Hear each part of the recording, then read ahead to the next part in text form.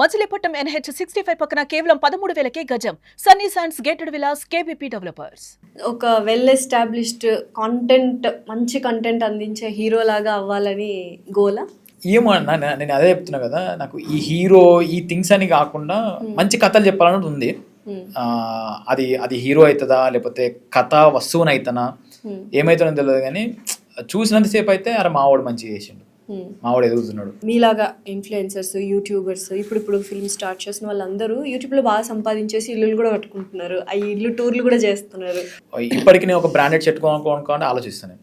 4,000 పెట్టి షర్ట్ ఎందుకురా బాబు అని ఆలోచిస్తాను. డెఫినెట్లీ. సో ఆ థింగ్స్ అయితే చేంజ్ కాలేదు. నాకు ఏవైతే బేసిక్ నీడ్స్ ఉన్నాయో అవి చేంజ్ అయినాయి. అంటే మేము ఇప్పుడు చిన్న ఇంట్లో ఉంటుండే, ఒక మంచి ఇంట్లోనే ఇంటికి షిఫ్ట్. అప్పుడు బస్సులో ఎక్కువ ట్రావెల్ చేస్తుండే, ఇప్పుడు కొంచెం కార్లో ట్రావెల్ చేస్తుండే. ఈ చేంజెస్ అయినాయి కానీ యాటిట్యూడ్లో చేంజ్ కాలేదు. మళ్ళీ కారు పరంగా కూడా నేను మా సార్ చెప్తుండే, మహేశ్వర్ రెడ్డి సార్ అని డైట్లో ఉంటుండే. ఆయన ఏం చెప్తారంటే కార్ అనేది, బండి అనేది మనకు మన ప్రయాణానికి ఉపయోగపడేటి, మన లగ్జరీని చూపించేటి కావు. ఆయన ఏం చేస్తారంటే నలుగురు ఉంటే కారు, ఇద్దరుంటే బైక్, ఒక్కడుంటే బస్సు. కానీ ఇండస్ట్రీలో బాగా ఫ్లాషీగా చూపించుకొని గొప్పగా చూపించుకుంటేనే ఎదుటి వాళ్ళు మనల్ని రెస్పెక్ట్ చేస్తారు అన్న ఫీల్ ఉంది. అండ్ అది వాస్తవం కూడా. మనం ఒక ఐఫోన్ మాట్లాడాలి, ఐఫోన్లో మాట్లాడాలి, కార్లో తిరగాలి, ఆ కార్ కీస్ తీసుకొచ్చి టేబుల్ మీద పెట్టాలి, వాడు అటు చూస్తాడు, దాన్ని బట్టి మనకు అవకాశాలు కానీ మనకు ఇచ్చే రెస్పెక్ట్ కానీ ఉంటుందని చాలామంది అంటుంటారు ఇండస్ట్రీలో. అది మీకు ఎప్పుడైనా తారసపడింది? నేను ఇంతవరకు అలాంటి మీటింగ్స్కి ఎక్కువ పోలేదు. నేను నాకు ఇండస్ట్రీలో నాకున్న ఫ్రెండ్స్ చాలా తక్కువ, 3-4 ఉన్నారు. వాళ్ళకి తెలుసు నేను నా ఒరిజినల్ థింగ్స్ నేను ఎట్లా ఉంటా, మా ఫ్యామిలీ ఏంది, వాళ్ళన్నీ తెలుసు. లేని పోకడలకైతే నేనైతే పోలేను. ఒకవేళ పోయినా కూడా నేను ఎట్లనో అట్లే పోతా. నేను ఏదైనా ఈవెంట్, ఏదైనా చిన్న బర్త్డే ఈవెంట్, ఇంకేదైనా నేను ఎట్లనో అట్లే పోతా.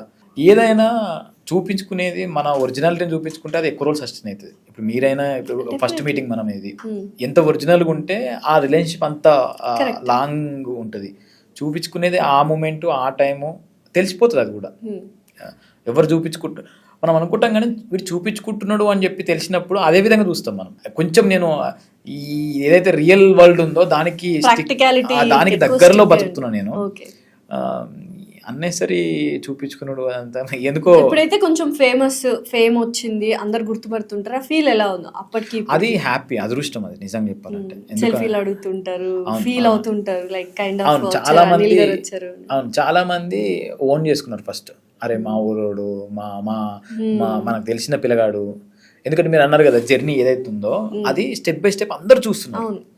సో అది వాళ్ళకి తెలుసు, ఓకే ఈ పిల్లగాడు ఇది చేసినాడు. సో అది వాళ్ళ ఓన్ ఫీలింగ్ ఉంటుంది చూసిరా. అది నాకు అదృష్టం. మాకు నార్మల్గా ఏదో చిన్న ఊర్లో బతికేటోళ్ళము, మన చుట్టుపక్కల మన వాళ్ళు తప్ప ఏడికి పోయినా మనకంటూ ఒకరు ఎవరు ఉంటారు, ఏడికి పోయినా గుర్తుపడుతుండే. కొన్ని హోటల్స్ పోతుంటే అన్న నువ్వు తిన్నానని చెప్పి ఫ్రీగా ఫుడ్ పెడతారు. కొద్దిమంది ఏడికి పోయినా తీసుకోరు డబ్బులు. ఇదంతా ఒక్కొక్కసారి ఆలోచించినప్పుడు ఇది ఏ జన్మ పుణ్యమో.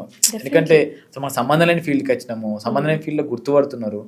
సో ప్రౌడ్ అని కాదు కానీ అదృష్టం లెక్క ఫీల్ అయింది. ఇంకొక ప్లస్ పాయింట్ ఏంటంటే ఒక 5-6 years నుంచి తెలంగాణ లాంగ్వేజ్ కానీ, తెలంగాణ వాళ్ళు బయటకు రావడము, తెలంగాణ మూవీస్ హీరోస్ కూడా తెలంగాణ లాంగ్వేజ్లో చేయడం అనేది బాగా ప్లస్ అయిందంటారా? మాకు తెలంగాణ రావడము, జియో రావడము, అండ్ ఈ ఎన్విరాన్మెంట్ అంతా కొత్త.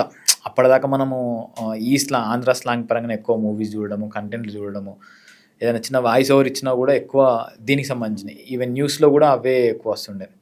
ఇది ఫ్రెష్ కంటెంట్ రావడం వల్ల మళ్ళీ మా అందరి ఫ్రెష్ ఫేసెస్, ఆ విలేజ్ అంతా మాకు చాలా ప్లస్ అయింది. ఇప్పుడు కూడా ఏమవుతుందంటే ఇప్పుడు ఈ కంటెంట్ రిలీజ్ అయితే ఆ అథెంటిసిటీ అనేది కనిపిస్తుంది. ట్రైలర్ కూడా చూసాను, మూతువారి లవ్ స్టోరీ అసలు ఎక్సలెంట్. అంటే నాకు ఒక బలగం మూవీలో ఎలా అయితే ఆ తెలంగాణ ఎసెన్స్ కనిపిస్తుంది, ఆథెంటిసిటీ అలానే ఉంది.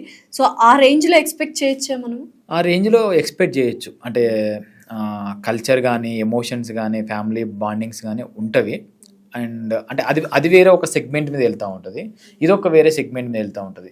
దీంట్లో కామెడీ అండ్ ఎమోషన్ రెండు మిక్సప్ అయ్యి వస్తూ ఉంటుంది. అది ఒక అంటే పోను ఎమోషనల్ ఎక్కువ వెళ్తూ ఉంటుంది అన్నదమ్ముల మధ్య. ఇది రెండింటికి కంపారిజన్ లేదు కానీ ఓవరాల్ తెలంగాణ స్టోరీ పరంగా ఆలోచించినప్పుడు ఆ విలేజ్ వైబ్ కానీ, ఆ బ్రదర్స్ అదంతా కొద్దిగా బాగుంటుంది. కానీ ఏది బాగా పేరు తెచ్చిన వీడియో ఏంటిది మీకు? ఇంకా నెక్స్ట్ ఇంకా వెనక్కి తిరిగి చూసుకోవాల్సిన అవసరం లేదు, ఇందులో కంటిన్యూ అయిపోదాము. నాకు బాగా పేరు తెచ్చిందంటే కీకీ ఛాలెంజ్. ఆ టైంలో అది ఇంటర్నేషనల్ వైడ్గా వైరల్ అయింది. కానీ అది చాలా తప్పు చేయడం. కిక్కీ ఛాలెంజ్ అంటే అదే కదా, అది కీకీ ఛాలెంజ్, అది తప్పు. మేము చేసింది రైట్ అని చెప్పి వైరల్ అయింది యాక్చువల్లీ. Okay okay super. ఏదైతే ఆ ట్రెండ్ ఉందో కార్ల కంచి డ్రైవింగ్ అవుతున్న కార్ల కొంచెం దిగి డాన్స్ చేయడము, అది తప్పు. మేము దాన్ని ఇక్కడ ఊర్లో ఏం చేస్తామంటే పొలంలో ఎడ్ల బండి పెట్టేసుకొని, ఎడ్ల బండి కాదు మన నాగలి పెట్టుకొని దున్నుతుండగా మేము డాన్స్ చేసినాం. సో అది శ్రీకాంత్ అన్న, శివన్న వీళ్ళందరూ డిస్కస్ చేసి టక్కున షూట్ చేసి పెట్టేసినాం. అది బాగా వైరల్ అయింది. ఇది కదా మెయిన్ థింగ్, ఇట్లా చేయాలి కదా, రోడ్ల మీద చేస్తే యాక్సిడెంట్లు అయితే అవైతే, ఇలాంటి ఛాలెంజ్ మీరు చేయొద్దు అని చెప్పి ఏదైతే కేసులు అవుతున్న ఆ టైంలో మా వీడియో ఇట్లా చేయాలి, మన సంస్కృతిని కాపాడుకోవాలి, మన కల్చర్ రిలేటెడ్ వీడియోస్ చేయాలి ఏవైనా అని చెప్పి అట్లా బాగా వైరల్ అయింది. సో అప్పుడు మన పేరు కొంచెం అన్ని ఆర్టికల్స్లో రావడము, దానివల్ల ఇప్పుడైతే ఇన్స్టాగ్రామ్ వెరిఫైడ్ మార్క్ కావాలంటే కొనుక్కోవాలి. సో అప్పుడు ఏంటంటే ఎవరైతే వైరల్ అవుతారో, ఎవరైతే ఆర్టికల్స్ ఎక్కువ ఉంటాయో వాళ్ళకి వస్తుండే. నాకు అప్పుడు ఆ టైంలో వచ్చిండే 2018-19 ఆ టైంలో ఫస్ట్ వెరిఫైడ్ మార్క్. అంటే ఈ సోషల్ మీడియా హీరోలు కాకుండా ఓ ఇన్ఫ్లుయెన్సర్లో లేకపోతే క్రియేటర్లో ఇటువైపు మన గ్యాంగ్, మా సైడ్ ఉన్న గ్యాంగ్ లో నాకు వచ్చిండే ఫస్ట్. అది దానివల్ల అట్లా పేరు వచ్చింది. ప్రతిదీ చేసుకుంటూ వెళ్ళిపోవాలి అంతే, వెనక్కి తిరగాల్సిన అవసరం లేదు. ఇక మన నెక్స్ట్ ఇంకోటి వస్తుంది కావచ్చు, ఇంకో పని వస్తుంది కావచ్చు, ఏదైనా ధైర్యంగా అయితే ఉంటున్నాం. సో గ్రాఫ్ ఇలా పెరుగుతూ ఉన్నప్పుడు ఇండస్ట్రీలో, ఎస్పెషల్లీ ఈ ఫీల్డ్ లో ఉన్నప్పుడు యాటిట్యూడ్ అనేది ఎక్కడో చేంజ్ అవుతూ వస్తూ ఉంటుంది. చేంజ్ అవ్వాలి కొన్ని సిచ్యువేషన్స్ లో. సో అనిల్ గారు అప్పుడున్న యాటిట్యూడ్ ఏంటి, ఇప్పుడున్న యాటిట్యూడ్ ఏంటి? యాటిట్యూడ్ ఎప్పుడు చేంజ్ అవుతుంది అంటే మేబీ పైసలు ఎక్కువ వస్తే చేంజ్ అవుతుంది. ఇంకా పైసలు రావట్లేదా? ఇన్ని చేస్తున్నారు, మీకు అనిపిస్తుంది కానీ థింగ్స్ ఎక్కువ అనిపిస్తాయి. కానీ ఇప్పుడు మేము పెట్టిన థింగ్స్ అన్నిటి పరంగా ఇప్పుడు సఫారీ ట్రావెల్స్ ఇప్పుడు ఒక బిజినెస్ పెట్టుకున్నాడు వీనికి ఏంది అని అనుకుంటాం. ఇప్పటికీ మేము రూపాయి తీసుకోవాలి. దాంట్లో 1 year అవుతుంది. మేము ఏమనుకుంటున్నాం అంటే కంపెనీ గ్రోత్ కావాలి. కంపెనీ గ్రోత్ అయితే వచ్చిన పైసలు దాంట్లోనే రీఇన్వెస్ట్ చేస్తాం. మేము ఎవరము 3 పార్ట్నర్స్ ఉన్నాము, 3 రూపాయి తీసుకోవాలి ఇంతవరకు. సో ఏమైనా ఖర్చు అయితే పెడుతున్నాం తప్ప తీసుకోవట్లేదు. ఎందుకు అంటే మాకేముందంటే ఇంక ఎంప్లాయీస్ పెంచాలి, ఇంకా ఎంప్లాయ్మెంట్ పెంచి ఇంకొంచెం బెస్ట్ వేలో సర్వీస్ ఇవ్వాలి, ఒక మార్క్ క్రియేట్ చేయాలనేది ఉంది. ఇప్పటిదాకా మేము చేసిన థింగ్స్ అన్ని బ్రాండ్ బిల్డింగ్ కోసమే. సుమన్ టీవీలో మీ పర్సనల్ అండ్ బిజినెస్ ప్రమోషన్స్ కోసం కింది నెంబర్కి కాంటాక్ట్ చేయండి.